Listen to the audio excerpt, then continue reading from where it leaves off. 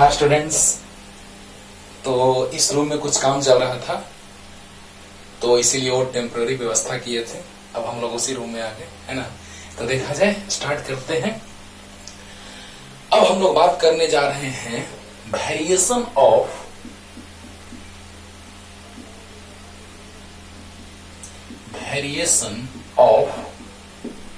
Resistivity and resistance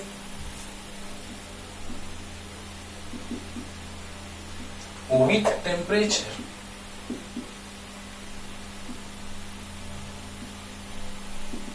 क्या बात है, आज इसको पूरा तोड़ देने जा रहे हैं। आज का क्लास पूरा थ्योरी चलेगा और अगले क्लास में पूरा न्यूमेरिकल चलेगा, एक से एक, basic to high level. Okay, triple E, IIT, हाँ एम्स, जो भी कहें आप। ओके, तो देखा जाए, ट्रिपल ई तो अब एक्चुअली जेई मेंस एडवांस अब हो चुका है, आप समझ रहे होंगे, आपको पता है, बहुत बार हम ये बात बोलते रहते हैं। तो अब हम लोग बात करने जा रहे हैं variation of resistivity and resistance with temperature. ये बात हम बहुत बार बोलते रहते थे बच्चों। R इक्वल टू आपको पता है रो एल बाई ए होता है कि नहीं होता है? होता है। आपको हम 11th क्लास का जब वीडियो अपलोड करेंगे तो ऐसा उससे कोई मतलब नहीं है, यहाँ पे बस थोड़ा सा हिंट देने के लिए कि जैसे ही टेम्परेचर में इंक्रीमेंट करते हैं, डिक्रीमेंट करते हैं, तो क्या होता है। तो हम सॉलिड में 3 तरह का एक्सपेंशन बताएंगे आपको। Expansion of solid, liquid and gas. 3 चीज जानना है हम लोग को 11th क्लास में। वो वीडियो अपलोड किया जाएगा, धीरे धीरे टोटल कंप्लीट वीडियो अपलोड कर दिया जाएगा। लेकिन जब हम सॉलिड में 3 तरह का एक्सपेंशन देखते हैं, लीनियर एक्सपेंशन, एरियल और सरफेस एक्सपेंशन और वॉल्यूम एक्सपेंशन। 3 तरह का एक्सपेंशन। एरियल या सरफेस एक ही चीज है, सरफेस कहो या एरिया कहो। तो ये लेंथ में वेरिएशन है टेम्परेचर के साथ, ये एरिया में वेरिएशन है टेम्परेचर के साथ बच्चों। Beta delta T, delta T means change in temperature T2 minus T1। And volume में जो एक्सपेंशन होता है वो कुछ इस तरह का, एकदम नेचर एकदम एक ही जैसा लग रहा है देखने में, गामा। यह है लीनियर एक्सपेंशन का कोएफिशिएंट, यह है एरियल का कोएफिशिएंट और ये वॉल्यूम एक्सपेंशन का कोएफिशिएंट। तो यहां पे हम लोग यही देख रहे हैं कि लेंथ, एरिया और वॉल्यूम, जो रेलवे ट्रैक है ना, उसमें बहुत सारे छोटे छोटे मेटल के ट्रैक बने रहते हैं और उनके बीच थोड़ा थोड़ा गैप छोड़ा हुआ रहता है। वाई क्यों? क्योंकि आपको पता होना चाहिए बच्चों, ये गैप मत सोचना, ये गैप तो रहेगा ही, ये ट्रेन चलेगा कैसे। लेकिन इसके बीच, बहुत सारे पटरियों के बीच थोड़ा थोड़ा गैप रहता है। क्यों? और साइड से लॉक कर दिया जाता है, नट बोल्ट से नहीं, डायरेक्ट ऐसे लॉक कर दिया जाता है। आप देखेंगे रेलवे ट्रैक पटरियों को तो पता चलेगा। तो जैसे ही टेम्परेचर में इंक्रीमेंट होता है तो लेंथ में स्लाइटली इंक्रीमेंट होता है। वाह वाह, आप सर लेंथ का बात क्यों कर रहे हैं? क्योंकि आज हमको अच्छे से इसको समझना है। जहां पे याद होगा रो इक्वल टू होता था बच्चों m e divided by NE² tau. Okay, और सिग्मा जस्ट इसका रेसिप्रोकल होता था, sigma equal to NE² tau divided by m e. Understood? अब देखो यहां से पहले हम लेंथ और एरिया का थोड़ा बात कर लेते हैं कि लेंथ और एरिया में भी टेम्परेचर के वेरिएशन के साथ वेरिएशन होता है, लेकिन यहां पर हम लोग इसको नेग्लिजिबल मान के चलने जा रहे हैं। क्यों? बिकॉज वेरिएशन ऑफ लेंथ और change in length is negligible. मतलब क्या कि जैसे ही वहां पे देखते हो थोड़ा सा गैप छोड़ा रहता है 2 रेलवे पटरियों के बीच, थोड़ा सा। और जो इंक्रीमेंट होता है टेम्परेचर के कारण वो भी बहुत स्लाइटली होता है। लेकिन क्यों गैप छोड़ा जाता है? क्योंकि अगर ऐसे ही थोड़ा थोड़ा लेंथ बढ़े तो बहुत सारे पटरियों के लेंथ थोड़ा थोड़ा बढ़ने पर बहुत ज्यादा लेंथ में वेरिएशन आ जाएगा, और जैसे ही बहुत ज्यादा वेरिएशन आ जाएगा, क्योंकि एक पटरी थोड़ी ना रहता है, वैसे वैसे बहुत सारे रहते हैं, और जैसे ही टेम्परेचर में वेरिएशन होगा वैसे ही लेंथ इंक्रीज कर जाएगा और जो ट्रैक है वो जिग जैग हो जाएगा, मींस स्ट्रेट नहीं रह पाएगा और ट्रेन को पास करने में दिक्कत हो, एक्सीडेंट होगा। क्लियर? लेकिन यहां पर बहुत कम चेंजिंग होता है, उसी तरह से यहां भी बहुत कम चेंजिंग होगा लेंथ में, एरिया में। ये पूरा डिटेल बताएंगे बच्चों, वहां पूरा detail. L2 equal to 11 into 1 plus alpha delta T. और इसी तरह का एक्सप्रेशन आज हम बताने जा रहे हैं तुमको लास्ट में कि टेम्परेचर में किस तरह से वेरिएशन, रेजिस्टेंस में किस तरह से वेरिएशन होता है टेम्परेचर के साथ। तो R2 equal to R1 into 1 plus alpha delta T, delta T means T2 minus T1, और रो2 इक्वल टू लाएंगे रो1 into 1 plus alpha delta T, जहां पे अल्फा जो है, यहां पे अल्फा रेजिस्टेंस वाला में टेम्परेचर कोएफिशिएंट ऑफ रेजिस्टेंस, और यहां पे आ जाएगा temperature coefficient of resistivity. Understood? तो सोचो बच्चों कि हम लोग यहां क्यों आ रहे हैं, पहले बात इसका लेंथ और एरिया का क्यों कर रहे हैं, इसलिए क्योंकि हम जानते हैं कि लेंथ और एरिया में बहुत कम वेरिएशन होता है टेम्परेचर के साथ, उसको हम लोग नेग्लिजिबल मान लेते हैं, यानी कि लेंथ अप्रॉक्स कांस्टेंट, थोड़ा वेरिएशन होता है लेकिन बहुत कम, इसलिए हम लेंथ और एरिया को अप्रॉक्स कांस्टेंट कंसीडर कर लेते हैं। क्लियर? क्लियर? अब देखो बच्चों, अब हम लोग थोड़ा सा इस पे आते हैं। रो इक्वल टू होता है m e by n e square tau. Understood? ध्यान देना किस तरह से रेजिस्टेंस और रेजिस्टिविटी में टेम्परेचर के साथ वेरिएशन आता है वो देखना। अब एक बात बताओ, जैसे ही लेंथ और एरिया कांस्टेंट हो गया तो resistance is directly proportional to resistivity. अरे वाह, क्या बात है सर! यानी जिस तरह का वेरिएशन रेजिस्टेंस में होगा, ठीक उसी तरह का वेरिएशन का नेचर जो होगा वो किस में होगा, तो रेजिस्टिविटी में होगा। क्या बात है! यानी लेंथ और एरिया कांस्टेंट अप्रॉक्स हो गया, स्लाइटली चेंज, स्लाइटली, हाँ, it means both are constant, so we can say that resistance of that conducting wire or semiconductor or insulator or alloy, हाँ, is directly proportional to resistivity। अब सोचो जरा सा कि क्यों ऐसा हो रहा है। तो देखो, अब जैसे ही टेम्परेचर में इंक्रीज करेंगे, इंक्रीमेंट करेंगे, तो क्या होगा जरा सा सोचो। नंबर डेंसिटी आपको पता होना चाहिए, नंबर ऑफ फ्री इलेक्ट्रॉन्स, याद होगा, number of free electrons per unit volume, बहुत बार बोले हैं बच्चों, पर यूनिट वॉल्यूम। और इसका जो वैल्यू होता था अप्रॉक्स 10 to the power 29 पर मीटर क्यूब। याद करो, याद करो, इसका जिक्र हम किए हैं पहले, याद करो। अब सोचो बच्चों कि जब टेम्परेचर में वेरिएशन होगा तो मास और चार्ज, इलेक्ट्रॉन का मास तो वही रहेगा, चार्ज तो वही रहेगा। क्लियर? लेकिन नंबर डेंसिटी और रिलैक्सेशन टाइम, याद करो, tau is relaxation time, N is number density, number of electrons per in volume, define भी मैंने किया है पीछे। अब सोचो बच्चों कि यहां पे मास और चार्ज कांस्टेंट रहेगा, N means number of electrons, free electrons per volume. अब सोचो जब टेम्परेचर में वेरिएशन कराएंगे, हाँ, किसी भी कंडक्टिंग वायर का बात करो, जल्दी से इतना उतारो, तो जल्दी से इतना उतारो। ये क्लियर एकदम हो गया होगा, लेंथ और एरिया में नेग्लिजिबल वेरिएशन होगा, so you can say that resistance is directly proportional to resistivity. Clear? अब देखो, अब यहां से हम चलने जा रहे हैं बच्चों, जल्दी फास्ट, जल्दी। अब देखिए, अब यहां से हम क्या बतलाने जा रहे हैं, सो देखा जाए कि जैसे ही ये तो बात क्लियर कर दी है कि resistance is directly proportional to resistivity. अब सोचो दोस्तों, अब यहां पर हम क्या कहने जा रहे हैं, जरा देखना कि जब टेम्परेचर में वेरिएशन कराएंगे तो आपको याद होगा कंडक्टिंग वायर के अंदर आपको हमने बोला था कि बहुत सारे एटम्स होते हैं, हाँ, और जैसे ही टेम्परेचर दिया जाता है तो एटम से इलेक्ट्रॉन निकल जाते हैं। इलेक्ट्रॉन जैसे निकलेगा तो इसमें प्लस आयन आ जाएगा, पॉजिटिव आयन। मींस आपको पता होगा कि सोडियम से एक इलेक्ट्रॉन निकलता था, थर्मोस्टेट में सिंगल इलेक्ट्रॉन होता था सोडियम का, तो जैसे ही एक इलेक्ट्रॉन बाहर निकलता था पॉजिटिव। याद करो। अब बताओ बच्चों, जैसे ही एक इलेक्ट्रॉन बाहर निकल गया तो इस पर पॉजिटिव चार्ज आ गया, यानी कि इलेक्ट्रॉन एक्साइटेड स्टेट में आ गया होगा। आपको पता है कि न्यूक्लियस में पॉजिटिव चार्जेस होते हैं, न्यूट्रॉन्स भी होते हैं, लेकिन न्यूट्रॉन पे कोई चार्ज नहीं होता है, और ऑर्बिट में इलेक्ट्रॉन्स रिवॉल्व होते रहते हैं। बोर साहब ने, नील्स बोर साइंटिस्ट ने डिटेल में बताया था, आपको मॉडर्न फिजिक्स में ये बात बताएंगे। ऐसे तो डाल्टन साहब ये बताए थे, लेकिन एक्चुअली जॉन डाल्टन ने कहा था कि एटम के बारे में, लेकिन रदरफोर्ड साहब ने कहा था कि धीरे धीरे रिवॉल्व होते होते न्यूक्लियस में आ जाएगा। लेकिन नील्स बोर साहब ने डिटेल में समझाया था कि नहीं, फिक्स ऑर्बिट में इलेक्ट्रॉन रिवॉल्व होते रहते हैं। उन्होंने हाइड्रोजन एटम लेकर के डिटेल में कॉन्सेप्ट दिया था।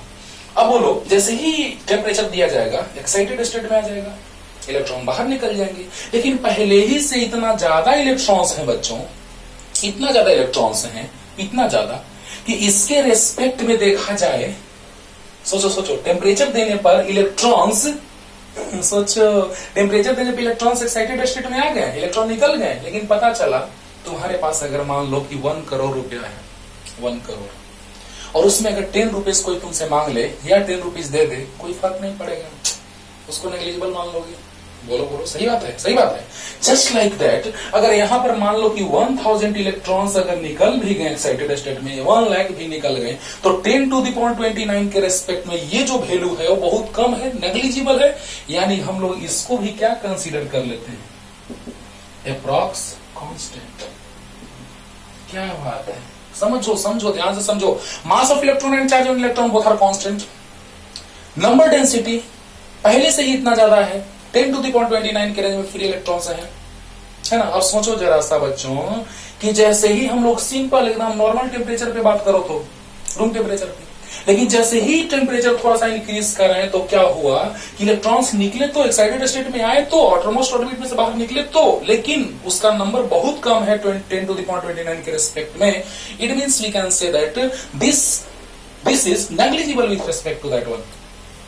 क्लियर? तो बताइए कि n इज कांस्टेंट, फिर से वही बात कांस्टेंट, लेकिन रिलैक्सेशन टाइम जरा सा सोचो, अगर तुम्हारे नीचे, तुम नीचे खड़ा हो, हाँ, और इस सरफेस को अगर हीटेड अप कर दिया जाए, बकाते रहोगे जल्दी जल्दी, सच्चाई यही, हाँ, एकदम जल्दी जल्दी बकाते रहोगे। ओके, तो जरा सा बताओ हमको कि जैसे ही टेम्परेचर को इंक्रीज कराया जाएगा, पहले से तुम आराम से, है ना, 10 सेकंड में 10 बार ऐसे ऐसे कर रहे होगे, लेकिन अब 2 सेकंड में ही 10 बार ऐसे ऐसे कर दोगे। सोचने वाली बात है बच्चों, जरा सा सोचो, कॉमन सेंस, कि रिलैक्सेशन टाइम डिक्रीज किया होगा। पहले आप 10 सेकंड में 10 बार ऐसे कर रहे थे, लेकिन अब 2 सेकंड में ही 10 बार ऐसे कर दिए। क्या इससे पता चला? इससे ये पता चला कि रिलैक्सेशन टाइम डिक्रीज किया। अरे वाह, अरे वेलोसिटी इंक्रीज किया, टेम्परेचर देंगे, एवरेज वेलोसिटी का वैल्यू बहुत ज्यादा इंक्रीज किया, बहुत तेजी से इलेक्ट्रॉन्स इधर उधर होने लगे, फ्री इलेक्ट्रॉन्स। क्या हुआ इससे?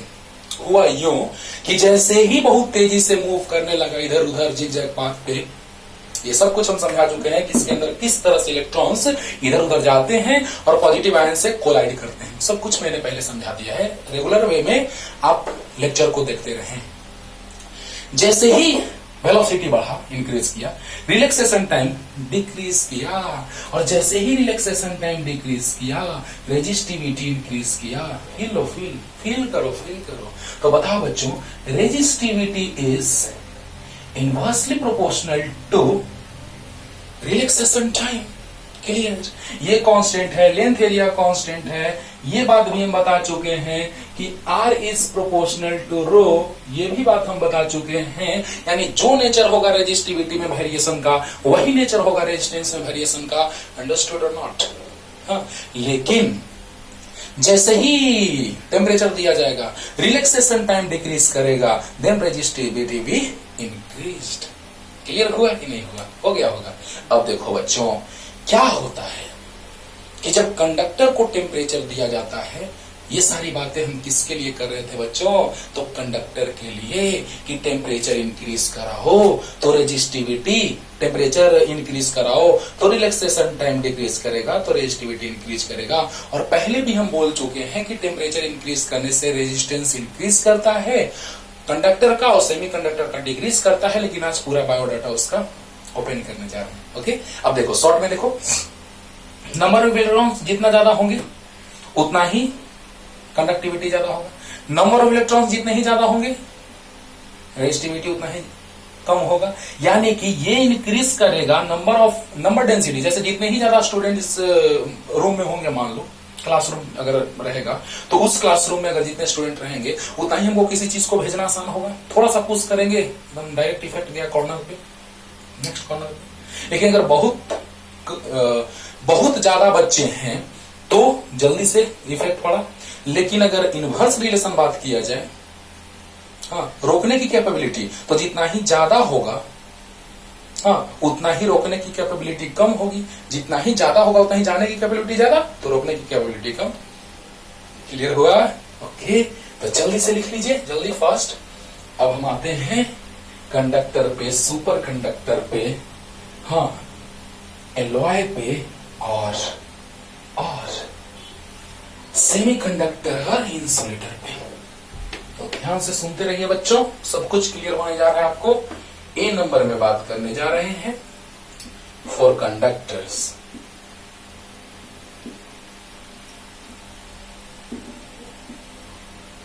Okay, for conductors. तो कंडक्टर में क्या होता है बच्चों कि टेम्परेचर को इंक्रीज कराने पे, ये रेजिस्टिविटी ओम मीटर में है and temperature is in kelvin, ascent of temperature is kelvin. Okay, अब देखिए, अब जैसे ही प्रैक्टिकल किया जाता है तो टेम्परेचर के साथ रेजिस्टिविटी में कुछ वेरिएशन आएगा, और ये बात हम बता चुके हैं, इसको साइड में लिख लेते हैं। Resistance is directly proportional to resistivity. Okay, resistance is directly proportional to resistivity. होता क्या है कि एनसीईआरटी में जब आप ग्राफ देखेंगे तो स्लाइटली ऊपर से ग्राफ बनाता है,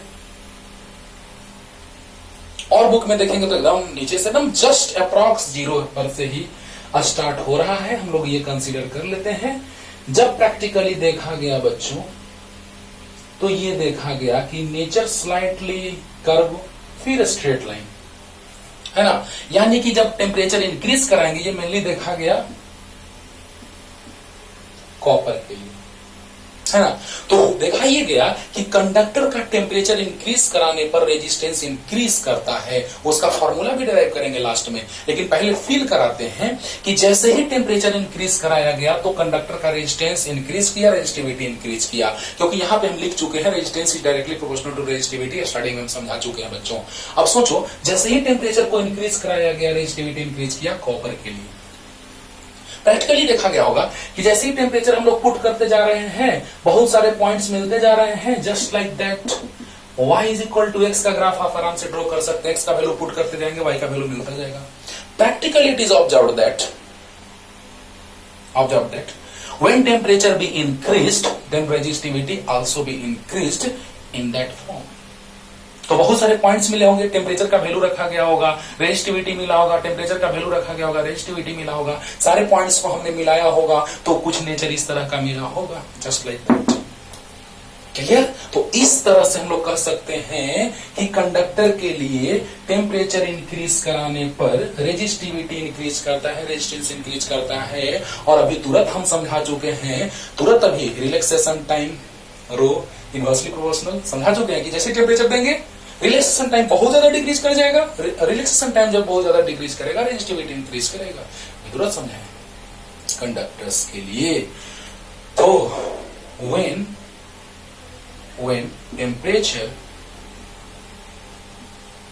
temperature of conductor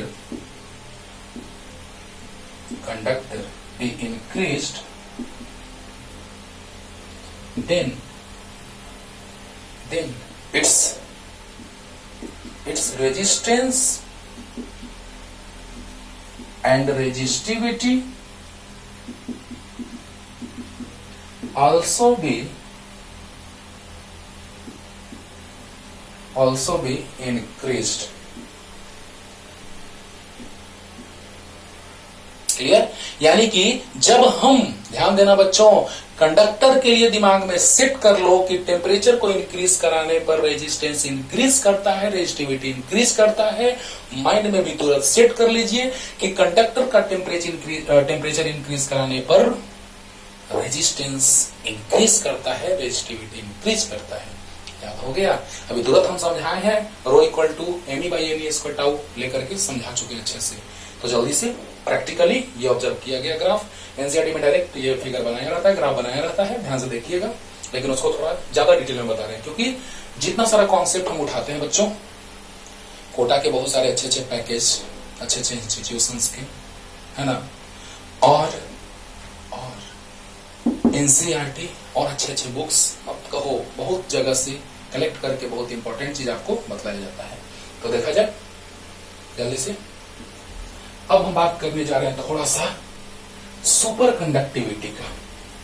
super conductivity और सुपर कंडक्टर, ध्यान से समझना, ध्यान से।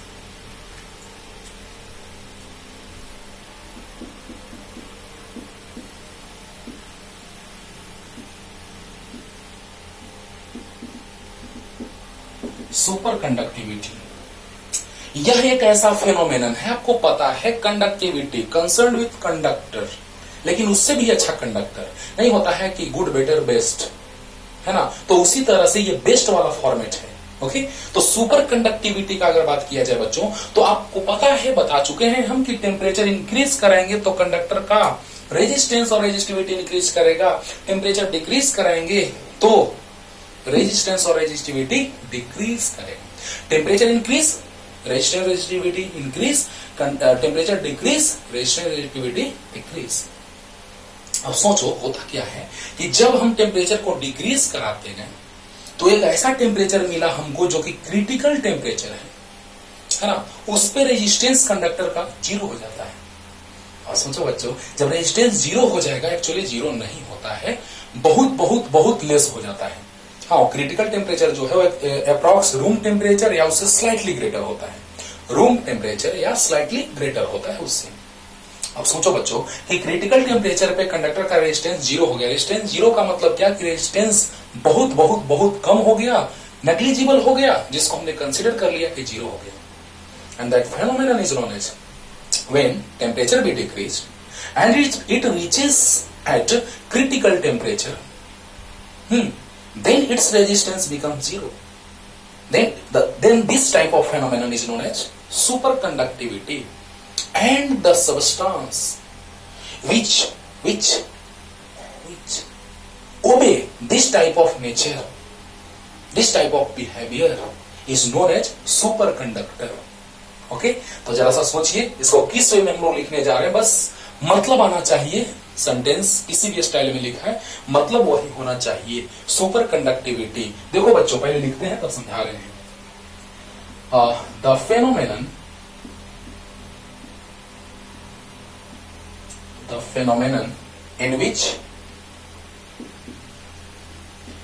in which when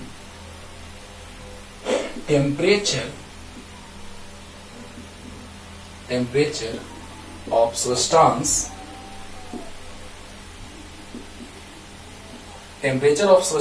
be decreased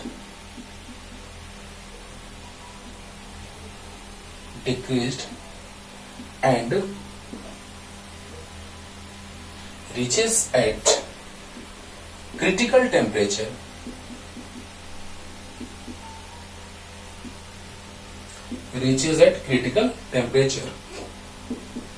then resistance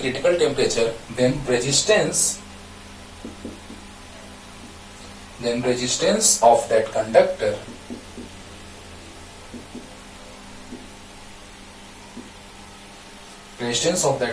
becomes zero,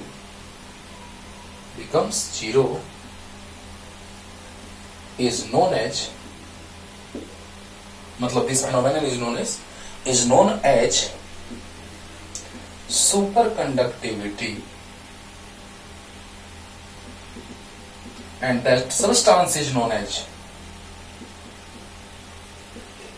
substance or conductor, that substance is known as superconductor.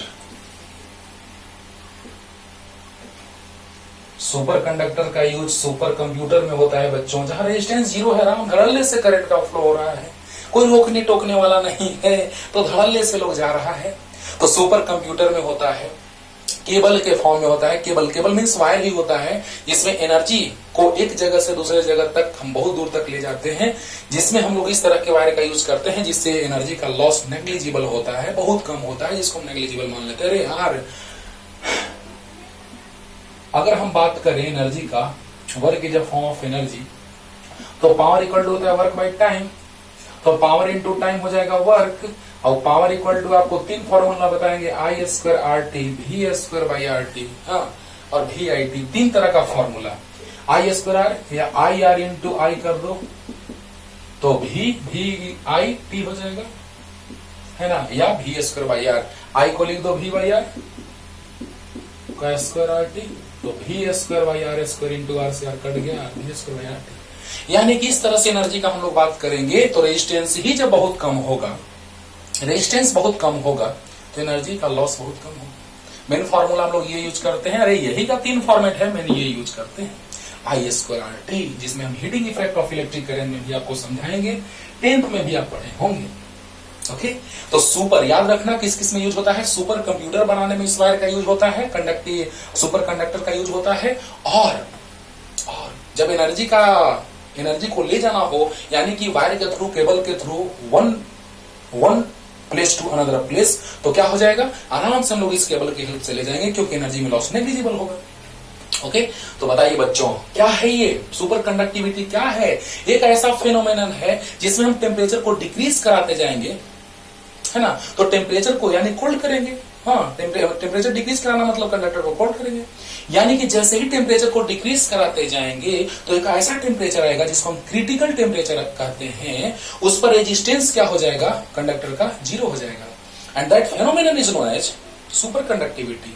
और जो उस फेनोमेनन को ओबे करता है सब्सटेंस, उसको क्या कहते हैं, जो उस फेनोमेनन को शो करता है उसको क्या कहते हैं, तो सुपर कंडक्टर कहते हैं।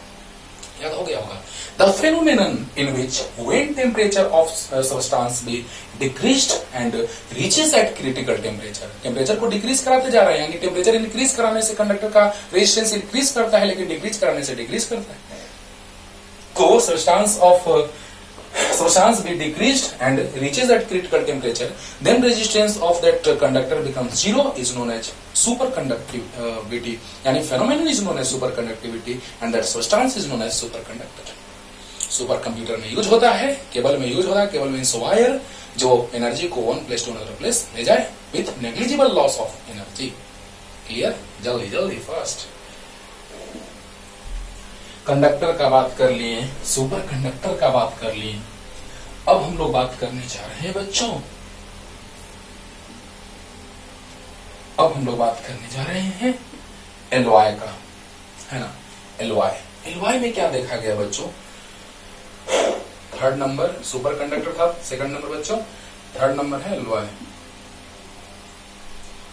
कर दो, mainly nichrome wire, mainly nichrome wire का बात करते हैं,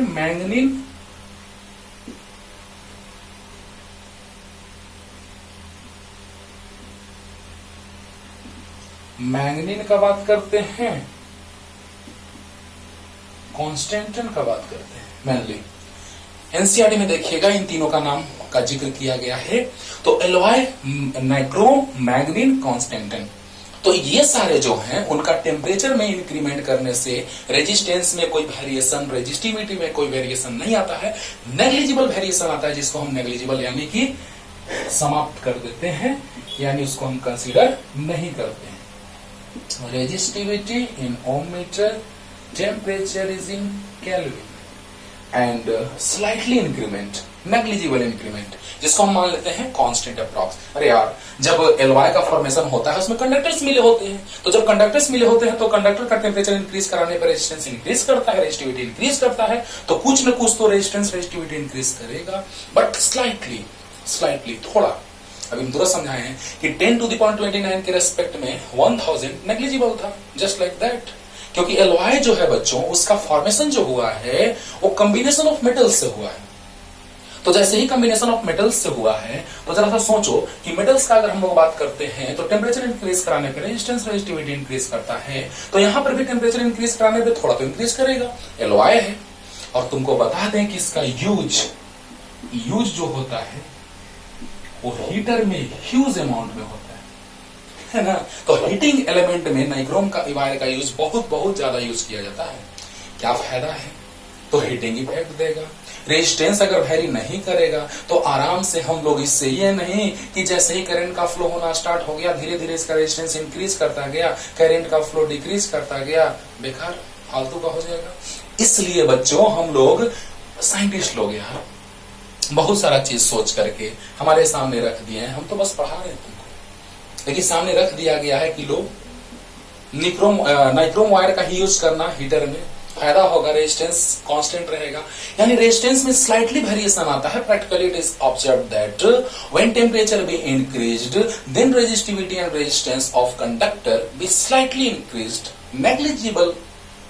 negligibly increased, then we consider that there is no any change of resistance and resistivity with temperature। यानी कि टेम्परेचर के साथ रेजिस्टेंस रेजिस्टिविटी में बहुत स्लाइटली चेंज होता है, जिसको हम नेग्लिजिबल मान लेते हैं। हाँ, यानी मान लेते हैं कि टेम्परेचर के साथ alloy like nichrome, manganin and constantan में टेम्परेचर के साथ कोई वेरिएशन नहीं होता है। ना याद कर लो। तो बताओ बच्चों कि अभी तुरंत लिखे हैं पॉइंट ऊपर कि टेम्परेचर इंक्रीज कराने पे कंडक्टर का रेजिस्टेंस इंक्रीज करता है, हमने लिखवा दिया रेजिस्टिविटी भी, लेकिन यहां resistivity and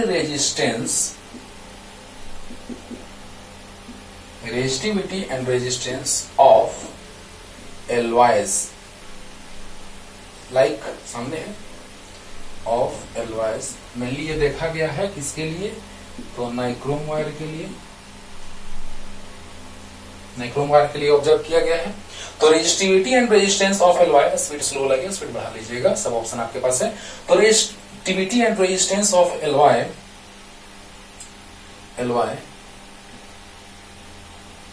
does not depends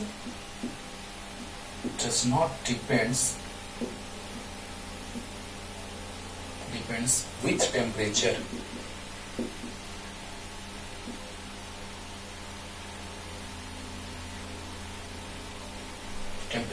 because slightly change or negligible change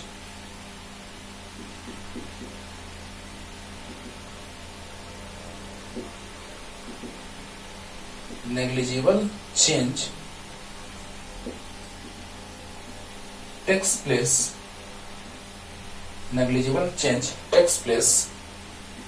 with temperature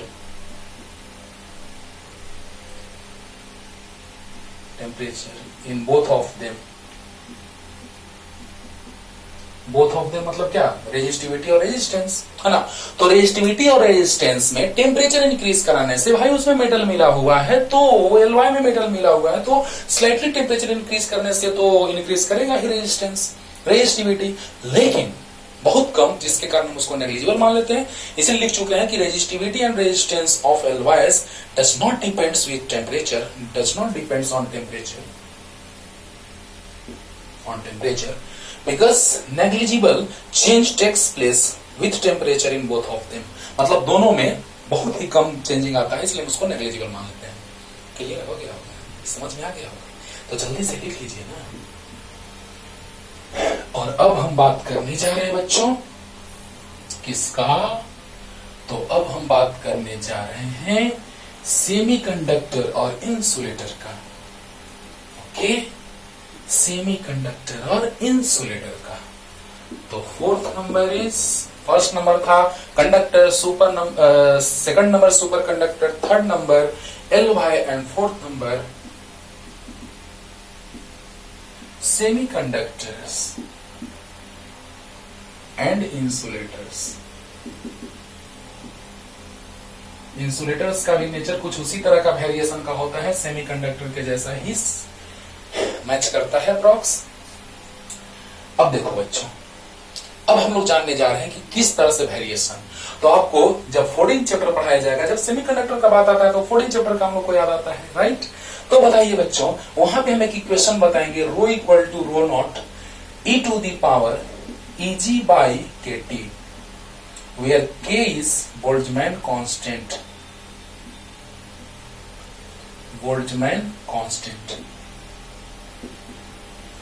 T is temperature in Kelvin,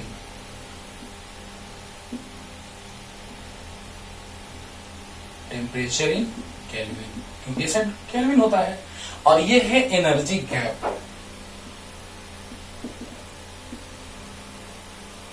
energy gap, नाम से पता चला ईजी, एनर्जी गैप है ना, बिटवीन वैलेंस बैंड लिख देते हैं, between valence band and conduction band.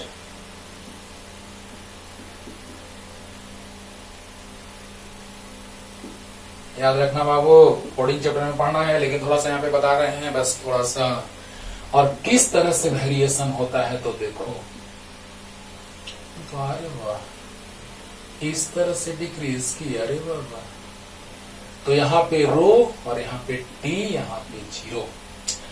अब देखो सब डिटेल में थोड़ा सा समझा रहे हैं, ध्यान दीजिएगा। तो सेमीकंडक्टर आपको बताएंगे हम जब सेमीकंडक्टर पढ़ाएंगे वहां पे, है ना। पी टाइप और एन टाइप दो तरह के सेमीकंडक्टर्स बनते हैं। आइए थोड़ा सा हम केमिस्ट्री में एंट्री मारते हैं। Boron aluminium, gallium, indium, thallium, carbon, silicon, germanium, stannum, plumbum, nitrogen, phosphorus, arsenic, antimony, bismuth. लोग इसको सेमीकंडक्टर मान लेता है, इसको भी नहीं, ये नॉन मेटल है, सॉरी इंसुलेटर है, इंसुलेटर। अब सोचो ये इंसुलेटर है, क्योंकि जैसे ही टेम्परेचर दिया जाएगा तो साइज छोटा है तो इलेक्ट्रॉन आसानी से बाहर नहीं निकलेंगे, हाँ न्यूक्लियस के द्वारा टाइटली पैक्ड होंगे। लेकिन इस केस में साइज बड़ा है, आराम से न्यूक्लियस से टाइटली पैक्ड नहीं है, तो आराम से इलेक्ट्रॉन एक्साइटेड स्टेट में आ जाएगा। जनरली हम लोग यूज करते हैं सेमीकंडक्टर्स में गैलियम का, सिलिकॉन का, जर्मेनियम का, आर्सेनिक का। इसमें सभी में आउटरमोस्ट ऑर्बिट में 3 इलेक्ट्रॉन्स हैं, तो इसमें भी 3 इलेक्ट्रॉन्स हो जाएंगे। इसमें 4 इलेक्ट्रॉन्स हैं, इसमें 5 इलेक्ट्रॉन्स आउटरमोस्ट ऑर्बिट में, राइट। तो इसमें और सिलिकॉन का भी ज्यादा यूज होता है। होता क्या है बाबू कि जब इन दोनों की हेल्प से हम लोग सेमीकंडक्टर बनाते हैं, एकदम डिटेल में चलेगा लेकिन थोड़ा सा शॉर्ट में बता रहे हैं। तो बताओ इसमें एक इलेक्ट्रॉन की कमी है, क्योंकि ऑक्टेट कंप्लीट करने के लिए क्या होना चाहिए, 8 इलेक्ट्रॉन्स आ जाने चाहिए। हाइड्रोजन का तो ड्यूबेट कंप्लीट होता है ना, हाइड्रोजन का ड्यूबेट कंप्लीट होता है बच्चों, लेकिन कार्बन का ऑक्टेट कंप्लीट हुआ बच्चों। अरे वाह, मजा आ गया। तो 8 इलेक्ट्रॉन यानी 4 है, तो आराम से 4 के साथ शेयरिंग कर सकता है, कोवेलेंट बॉन्ड का फॉर्मेशन कर सकता है, राइट। अब बताओ जैसे ही यहाँ पर एक इलेक्ट्रॉन की कमी है ना, और लेकिन इसमें एक इलेक्ट्रॉन ज्यादा है, मेजोरिटी है, यहाँ माइनॉरिटी और यहाँ पे मेजोरिटी। तो जैसे ही एक माइनॉरिटी है उससे बनता है पी टाइप सेमीकंडक्टर। बस थोड़ा सा समझा रहे बच्चों, थोड़ा सा, है ना। यहाँ पे पी टाइप यानी जहां पे इलेक्ट्रॉन की कमी है वहां पे पी टाइप सेमीकंडक्टर बनेगा, होल्स ज्यादा है यहाँ पे। क्या बात है, देखो इसमें 4 इलेक्ट्रॉन आउटरमोस्ट ऑर्बिट में, लेकिन इसमें 3, तो एक होल बच गया। तो ऐसे ऐसे बहुत सारे मिल करके वो बनाएगा जिसको हम कहते हैं P type semiconductor, P type. और इसमें इलेक्ट्रॉन्स होते हैं उसको कहते हैं एन टाइप, राइट। ये क्या है, एन टाइप, जिसमें इलेक्ट्रॉन्स हैं। इसमें जब इसका कॉम्बिनेशन होगा, इनसे बनेगा सेमीकंडक्टर, उसको हम कहते हैं क्या, तो एन टाइप सेमीकंडक्टर, जिसमें इलेक्ट्रॉन की मेजोरिटी, एक इलेक्ट्रॉन ज्यादा है। अब क्या होगा, जैसे ही टेम्परेचर इंक्रीज कराएंगे तो तेजी से ये इलेक्ट्रॉन होल में एंट्री मारना स्टार्ट करेगा। And in case of forward biasing के केस में this semiconductor behaves like conductor, but in reverse biasing, समझाएं पीछे भी कि ऐसा ग्राफ कुछ। And in case of reverse biasing, कि ओम्स लॉ में नहीं होता है सेमीकंडक्टर्स के लिए ऐसा, तो रिवर्स बायसिंग के केस में ये दूर चला जाएगा, तो इंसुलेटर, और फॉरवर्ड बायसिंग में ये नजदीक आ जाएगा, यानी कि कंडक्टर। ओके, तो ये फॉरवर्ड बायसिंग का ग्राफ है, ये रिवर्स बायसिंग का ग्राफ है। इस तरह से समझाएंगे बच्चों, लेकिन सेमीकंडक्टर का पार्ट है, लेकिन थोड़ा सा समझाने की यहाँ पे कोशिश करें। ऐसे एनसीईआरटी बुक में आप पलट के देखिए, बस डायरेक्ट ग्राफ बनाया हुआ है, कुछ नहीं कहा है, थोड़ा मोड़ा कहा गया है बस कि डिक्रीज करेगा बस, लेकिन समझो कैसे। तो पहले ये समझो कि सेमीकंडक्टर हम ऐसे बनाएंगे, पी टाइप एन टाइप। पहले 2 तरह का, प्योर इम्प्योर का बात करेंगे, फिर इम्प्योर में 2 टाइप, पी टाइप और एन टाइप। ओके, तो जल्दी से लिख लीजिए साइड में कहीं। अब देखिए बच्चों, अब जब हम लोग बात करने जा रहे हैं, हाँ, तो सेमीकंडक्टर से ही उठाए हैं इस कॉन्सेप्ट को, और क्योंकि सेमीकंडक्टर का बात ही कहा जा रहा है ना, तो नेचर इंसुलेटर और सेमीकंडक्टर का अप्रॉक्स ऐसा ही रहता है, लेकिन आगे पीछे हो तो हो, लेकिन नेचर ऐसा ही रहता है। अब देखो बच्चों, जैसे ही टेम्परेचर को इंक्रीज कराया जाएगा तो ये पार्ट डिक्रीज करेगा, ये पार्ट डिक्रीज करेगा तो ये होल पार्ट डिक्रीज करेगा, तो ये डिक्रीज करेगा। यानी टेम्परेचर को इंक्रीज कराएंगे तो ये डिक्रीज करेगा। क्लियर? अरे फिर से देखो, टेम्परेचर को इंक्रीज कराएंगे तो ये होल पार्ट, जल्दी बोलो, होल पार्ट डिक्रीज करेगा। टेम्परेचर इंक्रीज तो होल पार्ट डिक्रीज, क्योंकि रेसिप्रोकल है। और जैसे ये डिक्रीज करेगा तो ये भी डिक्रीज करेगा, तो ये भी डिक्रीज करेगा एक्सपोनेंशियल फॉर्म में। राइट? क्लियर होगा? तो इस तरह से सेमीकंडक्टर का when temperature be increased, then resistivity and resistance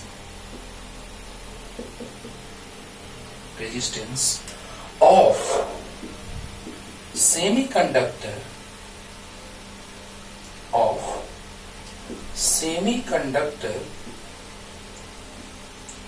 and insulator be decreased and vice versa। इतना आप समझते हैं? वाइस वर्सा ना भी लिखे तो आप समझ आएंगे कि टेम्परेचर इंक्रीज कराने से रेजिस्टिविटी डिक्रीज कर रहा है, तो टेम्परेचर डिक्रीज कराने से रेजिस्टिविटी इंक्रीज करेगा। वाइस वर्सा।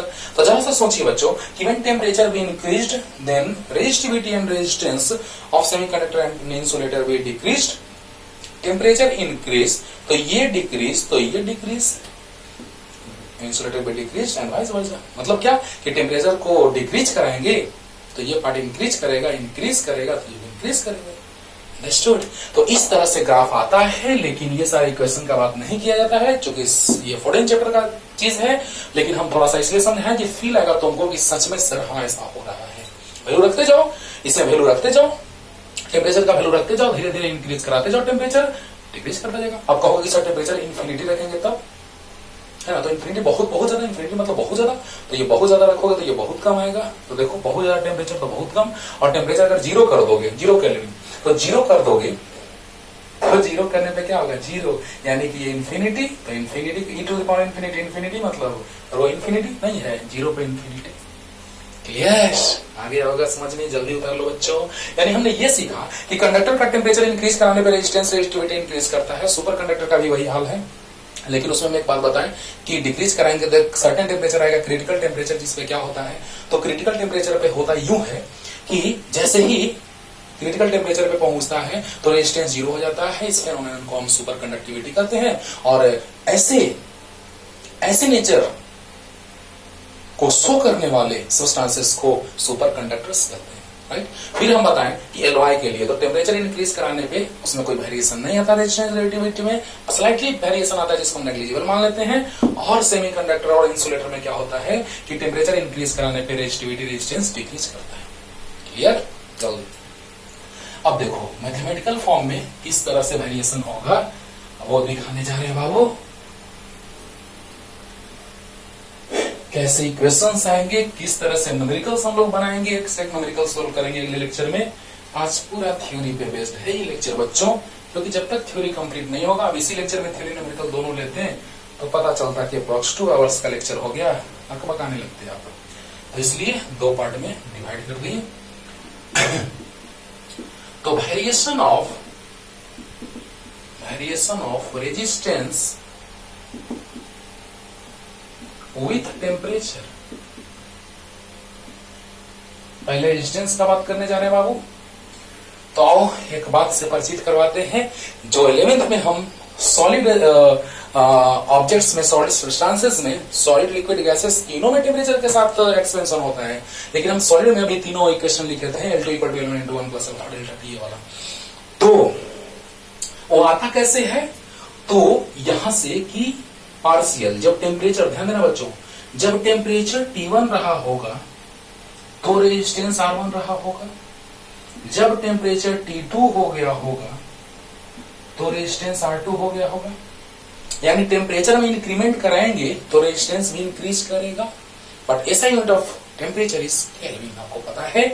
अब देखो बच्चों, लेकिन एक चीज और याद रखना कि चाहे डिग्री सेल्सियस में चेंज लो, क्योंकि डिग्री सेल्सियस भी आ जाएगा, केल्विन भी आ जाएगा, तब वहां पे क्या करोगे तो फंस जाओगे नहीं। चेंज लोगे तो 10 डिग्री सेल्सियस आएगा। बोल दो जल्दी बोलो। 10 डिग्री सेल्सियस और केल्विन में भी कन्वर्ट करोगे, 10 को केल्विन में कन्वर्ट करो तो 273.15।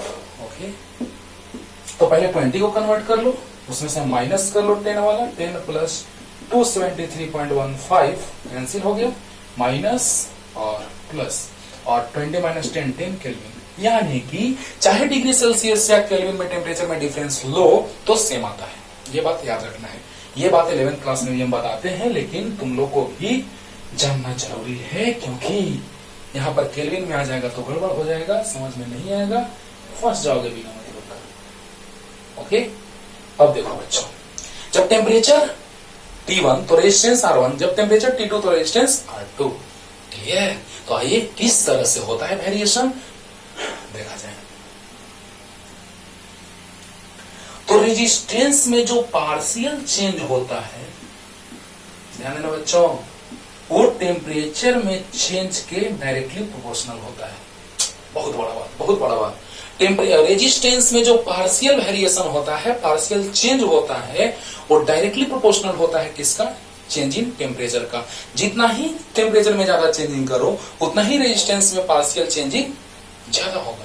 यानी कहने का मतलब कि this is the partial change where delta T is change in temperature T2 minus T1 and delta R is change in resistance R2 minus R1। Clear? तो यहां पर delta T T2 minus T1 delta R R2 minus R1, यहां पे जो हो रहा है क्या, सोचने वाली बात है कि हम लोग बेसिकली मेनली हम लोग बात करने जा रहे हैं कंडक्टर का, उसी से हम आपको समझा देंगे सेमीकंडक्टर का, उसी से हम समझा देंगे आपको एलवाई के लिए। ओके, तो जैसे ही हम टेम्परेचर में ज्यादा वेरिएशन कराएंगे तो उसका पार्शियल जो वेरिएशन होगा रेजिस्टेंस में उतना ही ज्यादा होगा।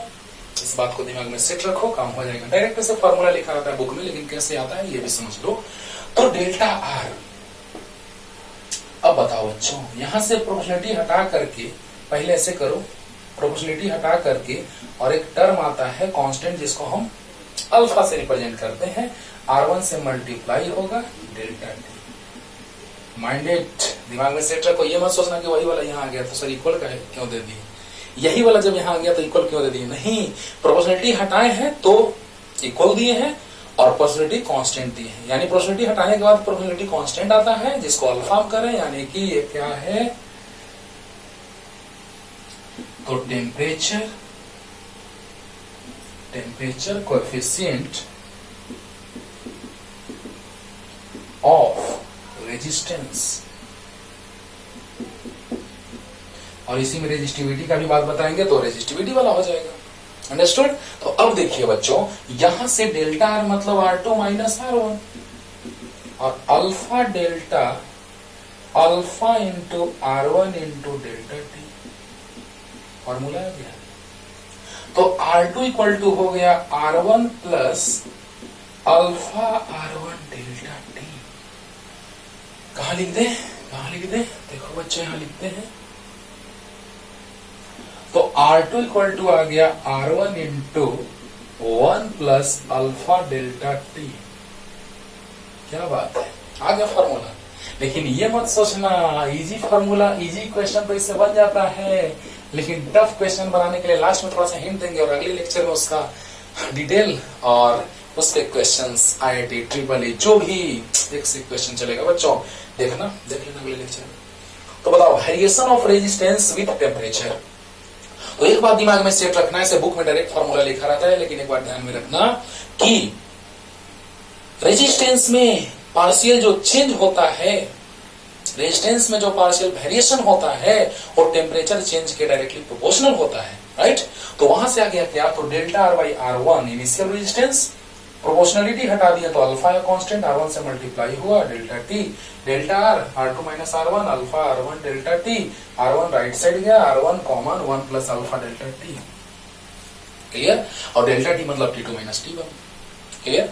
अब देखो बच्चों, यहां से हम लोग बात कर दिए कि रेजिस्टेंस में जो वेरिएशन हुआ वो कैसे। तो जैसे टेम्परेचर इंक्रीज करेगा, अल्फा कंडक्टर के लिए पॉजिटिव, लास्ट में बताएंगे, अल्फा कंडक्टर के लिए पॉजिटिव होता है, हाँ, एलवाई के लिए 0 होता है, सेमीकंडक्टर के लिए नेगेटिव होता है। ऑब्जेक्टिव क्वेश्चन ये कंपटीशन में पूछा हुआ है, समझाएंगे कैसे, डिटेल में समझ में आएगा, एकदम अच्छे से समझ में आएगा।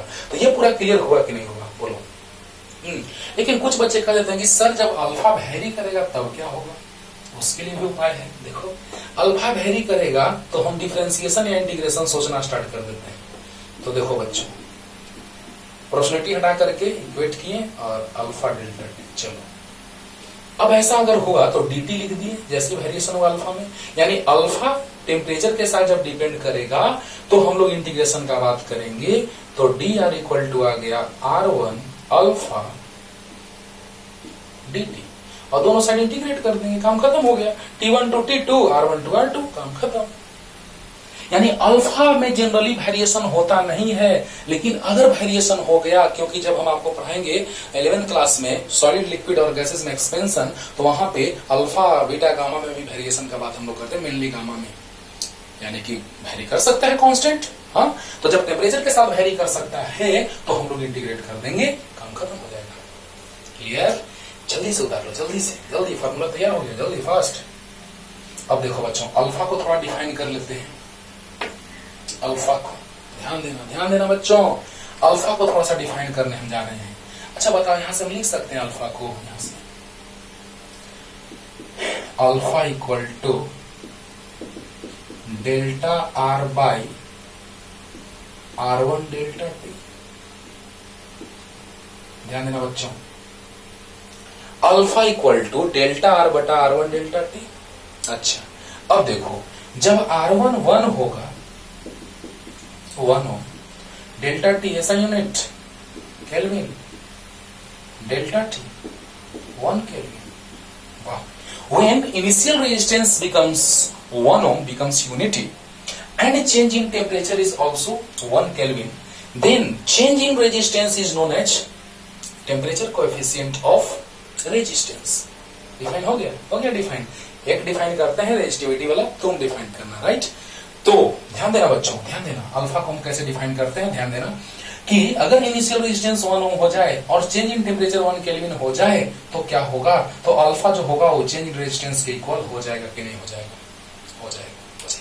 तो उसी तरह से एक और लाइन रेजिस्टिविटी वाला, जल्दी से, जल्दी लिखिए, जल्दी फास्ट।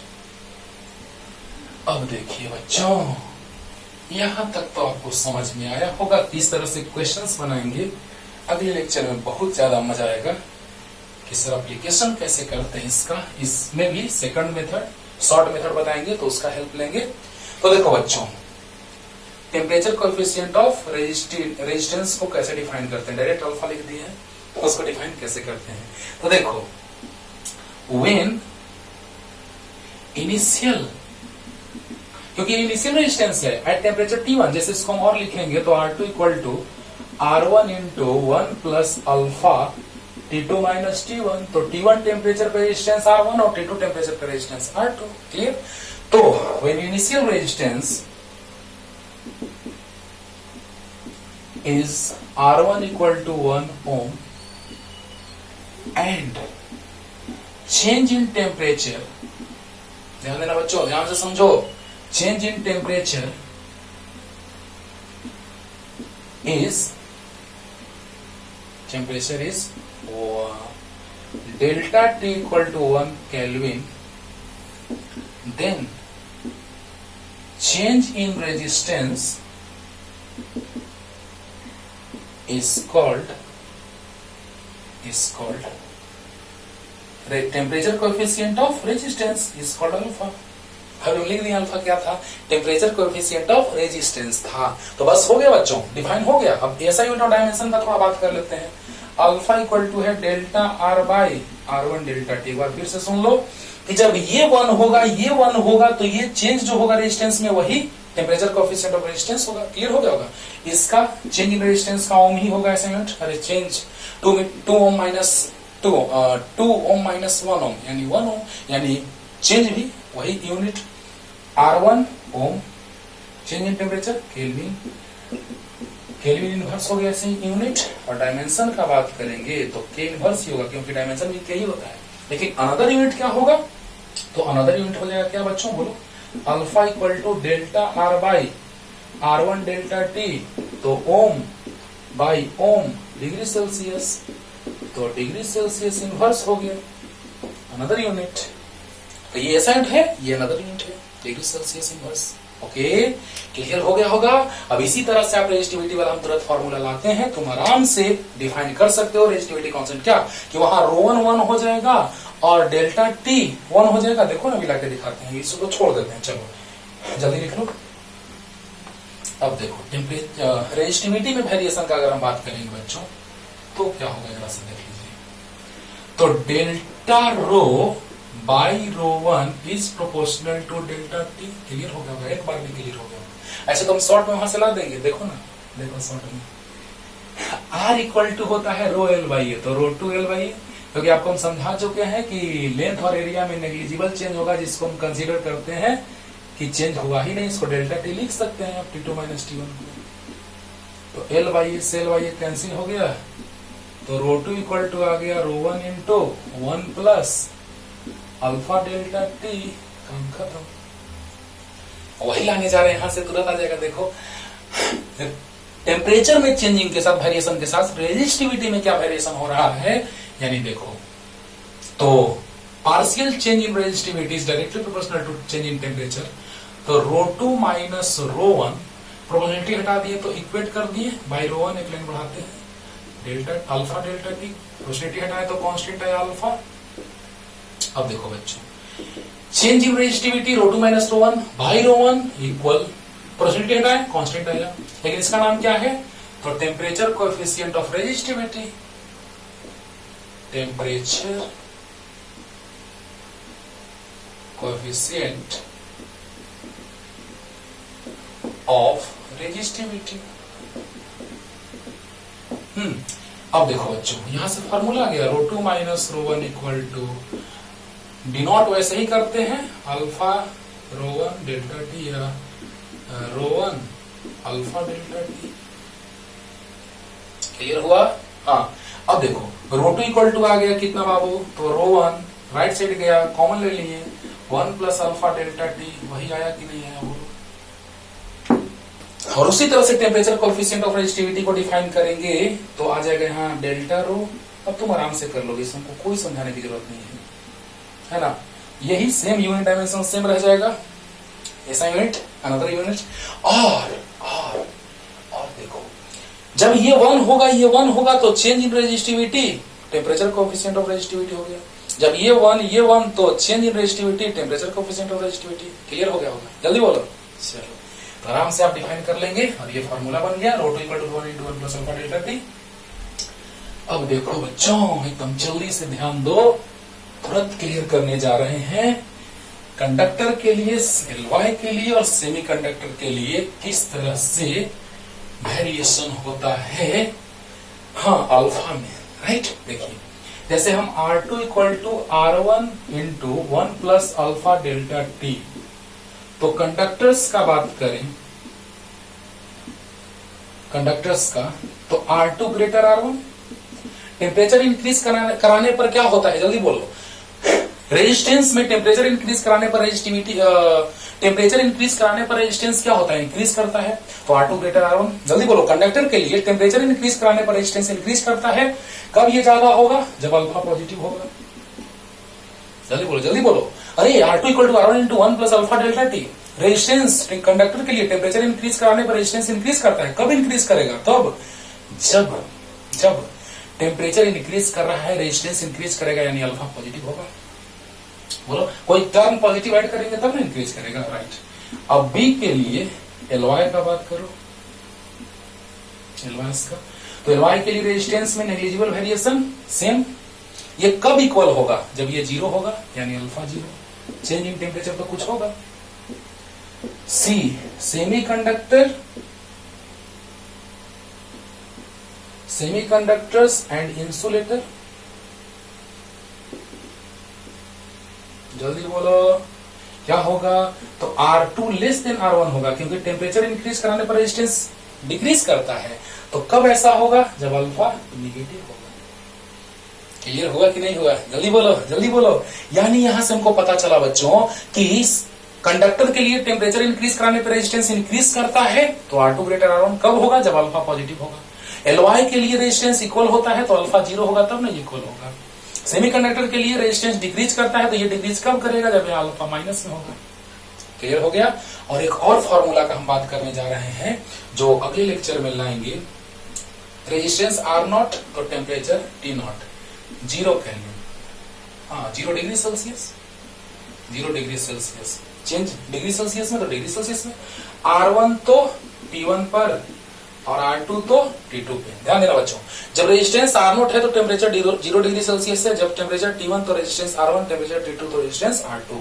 अब लिख सकते हैं R1 इक्वल टू, पहले हम ये दोनों को लेके चल रहे हैं, तो R0 इंटू 1 प्लस, देखना बच्चों एक से एक स्टैंडर्ड क्वेश्चन इससे बनेगा, इस स्टैंडर्ड क्वेश्चन कि R0 जब टेम्परेचर 0 डिग्री सेल्सियस तो रेजिस्टेंस R0, टेम्परेचर T1 तो रेजिस्टेंस R1, टेम्परेचर T2 तो रेजिस्टेंस R2। और स्टैंडर्ड क्वेश्चन जो अगले लेक्चर में आपको पता चलेगा इससे बनेगा। तो R1 equal to R0 into 1 plus alpha delta T। Delta T मतलब क्या, तो T2 माइनस T1 यानी T1 माइनस T0। अरे जब टेम्परेचर T0 तो रेजिस्टेंस R0, जब टेम्परेचर T1 तो रेजिस्टेंस R1। अब देखो T0 0 डिग्री सेल्सियस तो यहाँ 0 रख दो, तो R1 इक्वल टू आ गया R0 into 1 plus alpha T1 minus 0, यानी R1 आ गया R0 into 1 plus alpha T1। ये अगले लेक्चर में भी समझाएंगे और क्वेश्चन बनाएंगे। और अगर हम ये दोनों को लेकर चले, इन दोनों को, तो यहां से क्या होगा, तो R2 इक्वल टू होगा R0 into 1 plus alpha delta T। अब बताओ T2 माइनस T0 होगा, तो T2 माइनस T0 0 है, तो क्या हो गया R2 equal to R0 into 1 plus alpha T2। अब बताओ बच्चों, जब डिवाइड करेंगे इससे इसमें, तो R2 by R1, R0 1 plus alpha T2 और R0 1 plus alpha T1 cancel, तो R2 by R1 equal to आ गया 1 plus alpha T2 by 1 plus alpha T1। ये जबरदस्त काम देगा फॉर्मूला तुमको। तो अगले लेक्चर में भी इसको डिटेल में समझाएंगे और क्वेश्चन एक से एक बनाएंगे। अच्छे से पढ़ते रहिए। धन्यवाद।